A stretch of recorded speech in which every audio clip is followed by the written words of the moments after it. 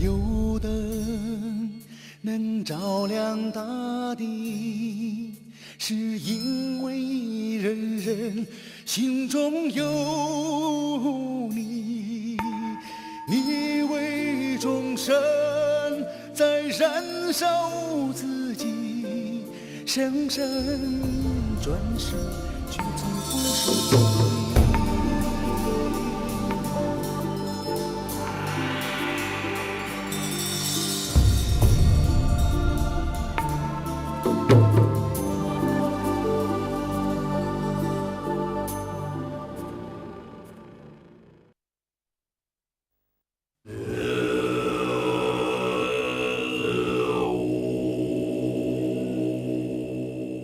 More than 2,500 years ago, the glorious Shakyamuni Buddha attained enlightenment under a Bodhi tree and realized the ultimate wisdom. This is the wisdom that can illuminate your mind.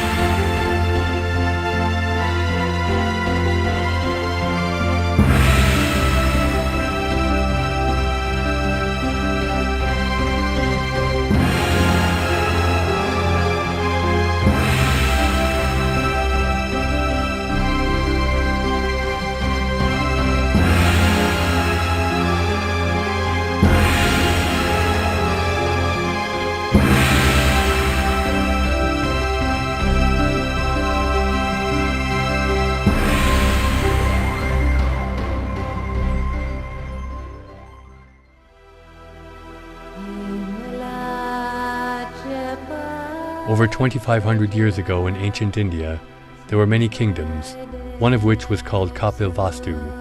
The king of Kapilvastu was Suddhodana. He had a son, Prince Siddhartha. When Prince Siddhartha was young, an oracle predicted he had a very important path to take in life, but that path would not be to be king, but something greater. His parents feared this prophecy and confined him to the palace walls. But one day he escaped into his kingdom. He witnessed his citizens suffering from birth, old age, illness, and death. After that, Prince Siddhartha was determined to find a way to free human beings from all forms of suffering. He gave up his status of crown prince and started a spiritual quest. For 6 years, Siddhartha practiced and meditated diligently, and finally attained enlightenment under a Bodhi tree. Buddha is neither a god nor a spirit who is superior to human beings, nor is he the Messiah who rules the universe. He is a holy being who is an ordinary person, but has gone through innumerable excellent practices, tamed his mind, and eventually achieved enlightenment. Buddha means the enlightened one in Sanskrit. With extraordinary wisdom, Buddha realized the universal truth. All sentient beings have the nature of Buddha, but out of ignorance they create karma. Karmic forces draw all sentient beings to samsara. Experiences of happiness and pain are the result of positive and negative karma created by individuals. The whole universe is evolving according to the karmic forces of birth and death. Yet every individual can become Buddha through correct spiritual practice. At that time, Buddha only gave teachings on the truth he attained and how to convey the truth to the people. He did not establish any religion. Only after Buddha's nirvana did his teachings gradually develop into a religion. Today, Buddhism plays a religious role, but the essence of Buddhism is not religious. It is simply the teachings of the Buddha, which illuminates the path to attaining enlightenment.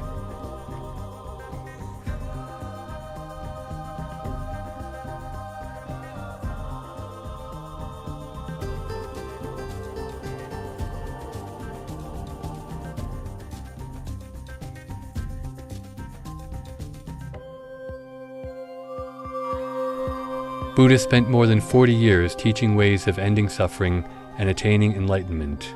This is called Dharma. His disciples gathered the teachings in later days, and these are called sutras. Many people took vows from Buddha and became monks and nuns. They formed a group called Sangha. Buddha, Dharma, and Sangha are considered the three jewels of Buddhism.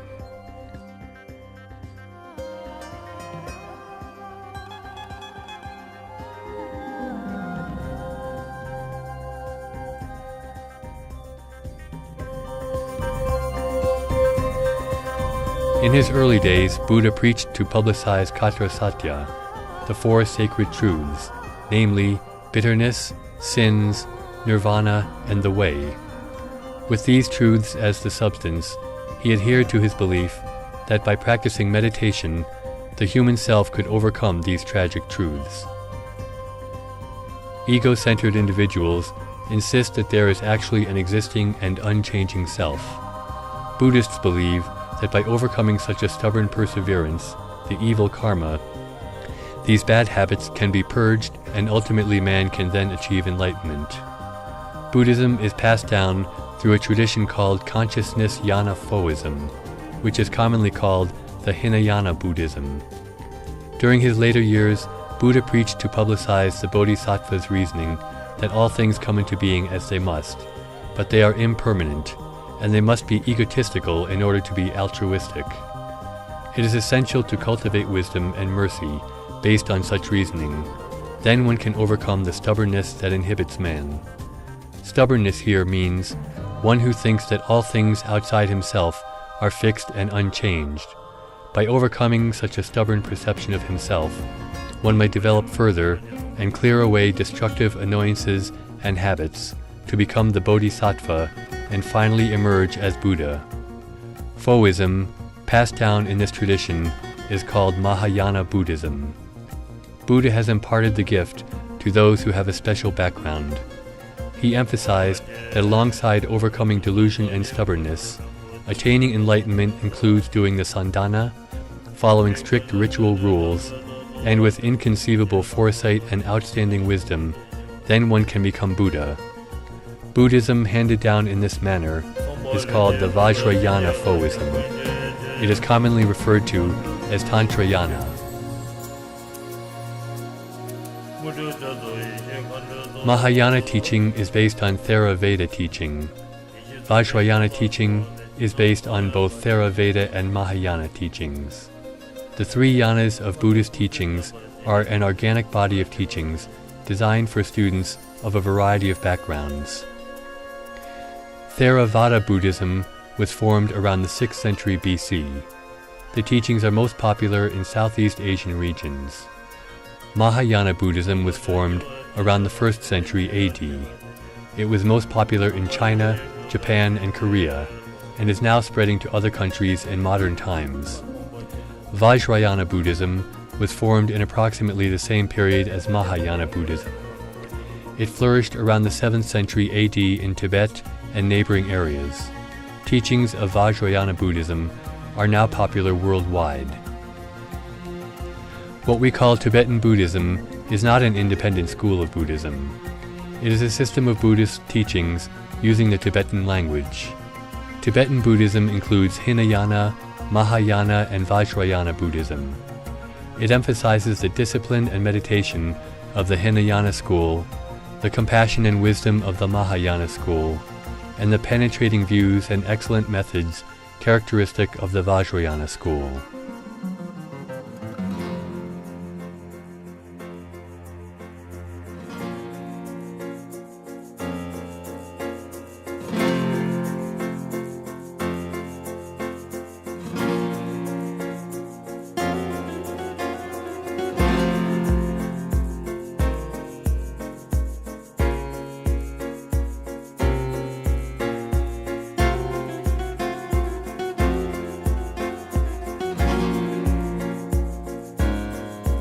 By the 7th century AD, Buddhism was introduced into Tibet from India, Nepal, and the Han area.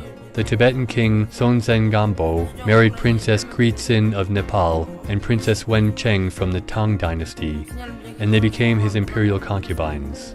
Both the princesses were Buddhist disciples, each having brought with them the statue of Buddha and the sutras. Around the mid-8th century AD, Jizum Dense became ruler of Tibet.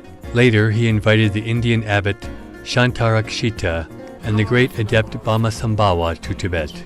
With the king's support, Bhamasambhava built the Samya monastery, gave his vows to the monkhood, and taught the Dharma. This is known as the first phase of Buddhist dissemination in Tibet. More than 3 centuries later, a descendant of the Tibetan king established the Shangshun kingdom in Ali district, also known as the Guye kingdom. The eldest son of the kingdom decided to re-establish Buddhism in his country. He took the vows of the monkhood in front of a Buddha statue and changed his name to Ye Shi Wo. He invited the great Buddhist master Adisha to come to the land of snow. Adisha was a highly gifted master with profound understanding in both Mahayana and Vajrayana teachings. Adisha teaching clarified Buddhist practices and brought a renaissance of Buddhism in Tibet. Teachings later developed into the Gadamba school of Tibetan Buddhism by his main disciple Zhong Donba. Many Buddhist masters followed Adisha's footsteps and have since come to Tibet to practice. Meanwhile, Maba the translator and other Buddhist practitioners went to India and Nepal to study and returned with many Buddhist texts. This sequence of events brought about the second golden age of Tibetan Buddhism. This is known as the second phase of Buddhist dissemination in Tibet.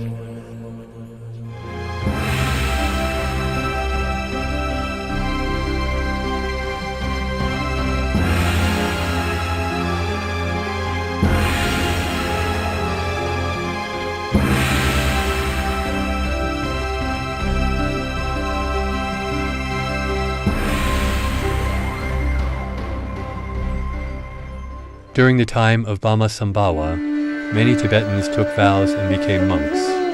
The teachings of Vajrayana Buddhism were brought to Tibet. Teachers of the Vajrayana were trained. Buddhism gradually took root in the land of snow.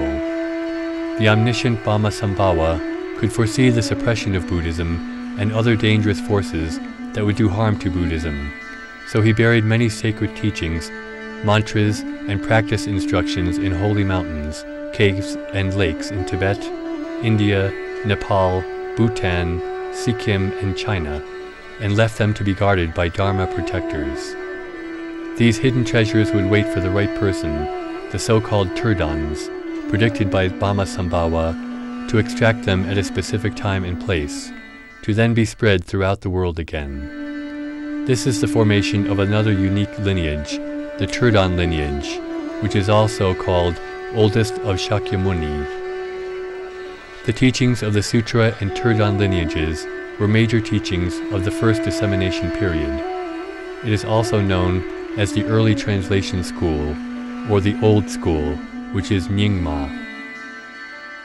In the 11th century AD, Master Sakya, Guancha Gaiba's son Satchin, practiced the Lamrim Chinma following the methods of the new translation, and attained enlightenment. Afterwards he built monasteries, taught many disciples, and spread the teachings of Lamrim Chinma, or the methods of the highest path. Gradually a new lineage was formed. Since his main monastery was at Sakya of later Tibet, this new school was called Sakya.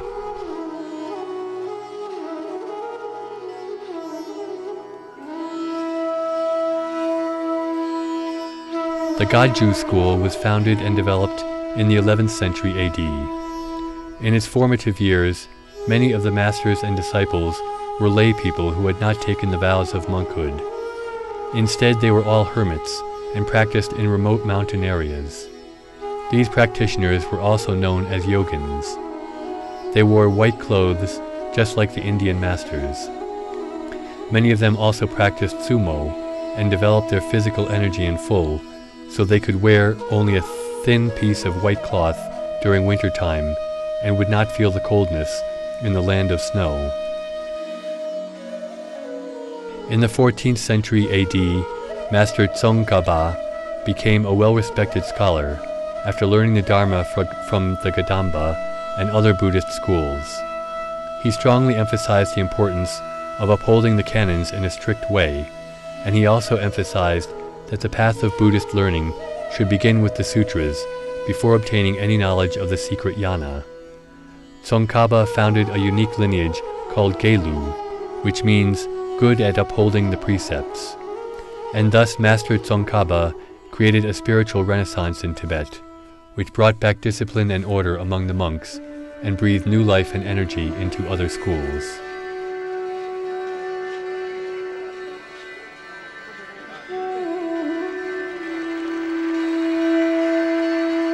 Benbo is the local religion of Tibet. It was popular among Tibetan people before Buddhism was introduced into Tibet. The majority of Benbo lamas have integrated Buddhist doctrines into their traditions and developed a religion with systematic theories and methods of practice. Many great masters were later trained from this tradition.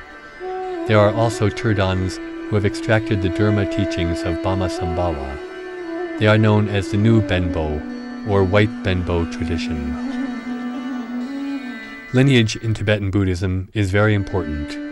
The Gaju school has the unbroken lineage of 6 Nogas of Naropa and Mahamudra, meditation teachings, and many Jilgus, masters and disciples, who teach and practice these teachings.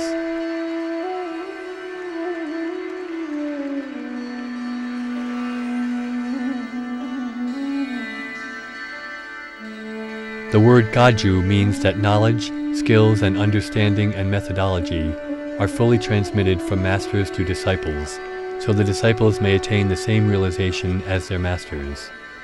Such deep and profound transmission is given orally and in private from master to disciple, so the Gaju school is known also as the oral tradition.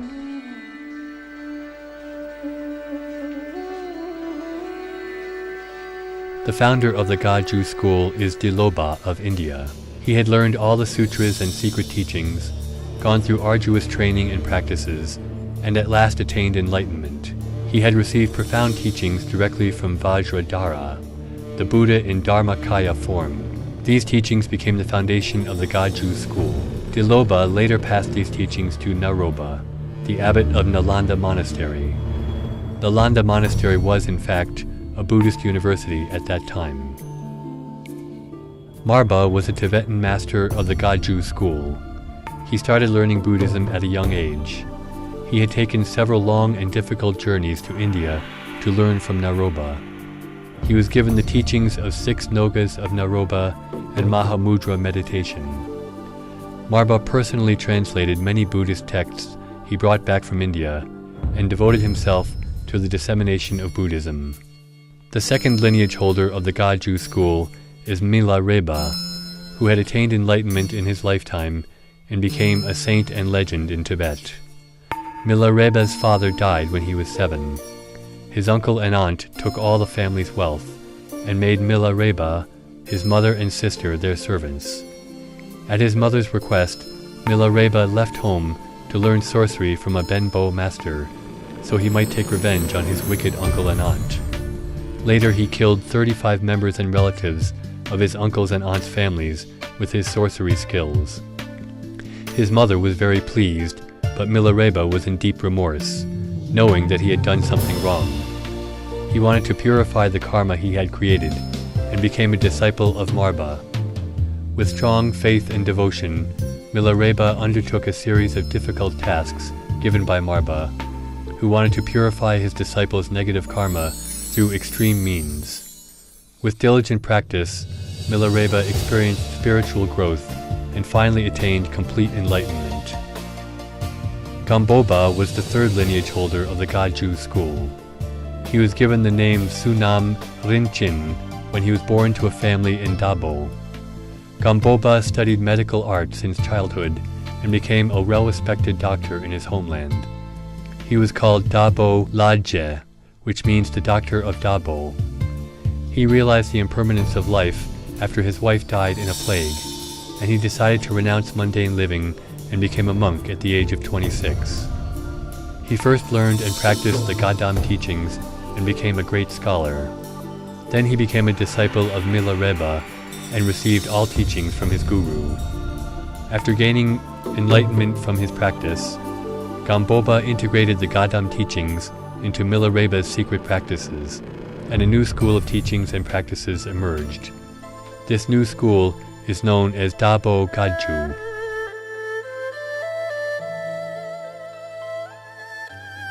Gampopa had 4 major disciples, who later became founders of 4 branches of the Gaju school.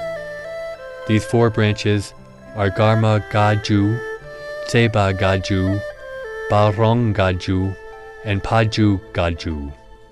From the Paju Gaju branches, 8 more schools were created, including Jigong Gaju, Dalon Gaju, Druba Gaju, Yasan Gaju, Jopu Gaju, Shuse Gaju, Yeba Gaju, and Matsan Gaju. All these schools come from the Gaju lineage. They share the same lineage masters and the same teachings. The only difference among the Gaju schools is the focus on preliminary practices. All schools, in fact, share the same advanced teachings and should be viewed as different schools of the same lineage.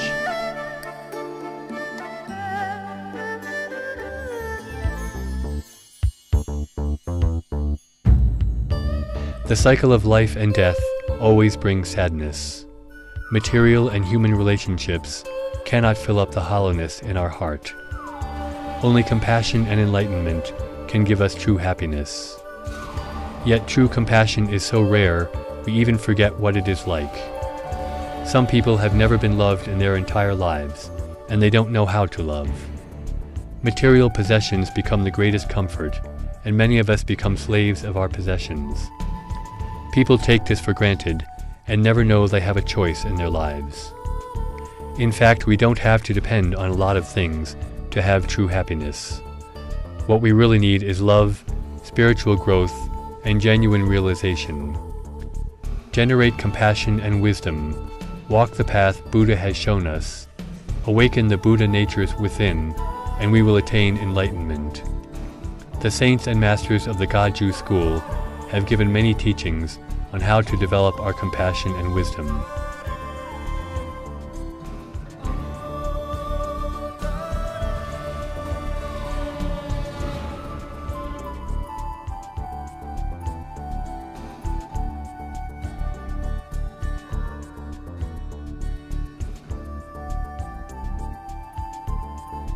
Since its foundation in the 12th century, the Gaju teachings have spread from Kham to other Tibetan areas. Its teachings are popular in Mongolia, Qinghai, Ningxia, Gansu, and Beijing, and the Wutai Mountains. Recently, with the efforts of Gamaba, due to the efforts of Dasitu Rinpoche and other masters, the Gaju teachings have reached mainland China, Hong Kong, Taiwan, and Macau.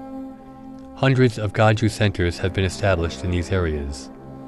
During the 1950s, the Gaju teachings had been spread rapidly in India, Nepal, Bhutan, Sikkim, Malaysia, Singapore, Australia, New Zealand, the USA, Canada, Germany, the United Kingdom, and France.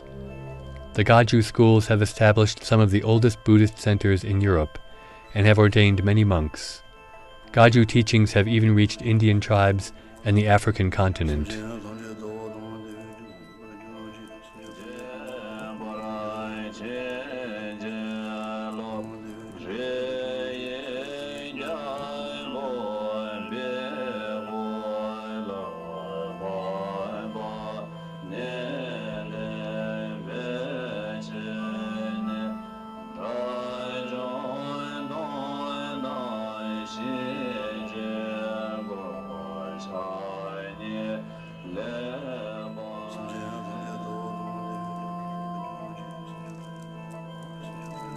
Since policies on ethnic groups and religions have changed and opened more doors, major Gaju temples and monasteries such as Tsupu Temple in Tibet, Baban Temple in Sichuan, and Zhuyuan in Yunnan have been reinstalled.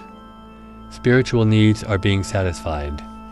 Since then, important contributions have been made by ethnic groups like the Tibetan, Nakshi, Lisu, Pumi, Dulong, and Nu people to the building of a modern and harmonious community.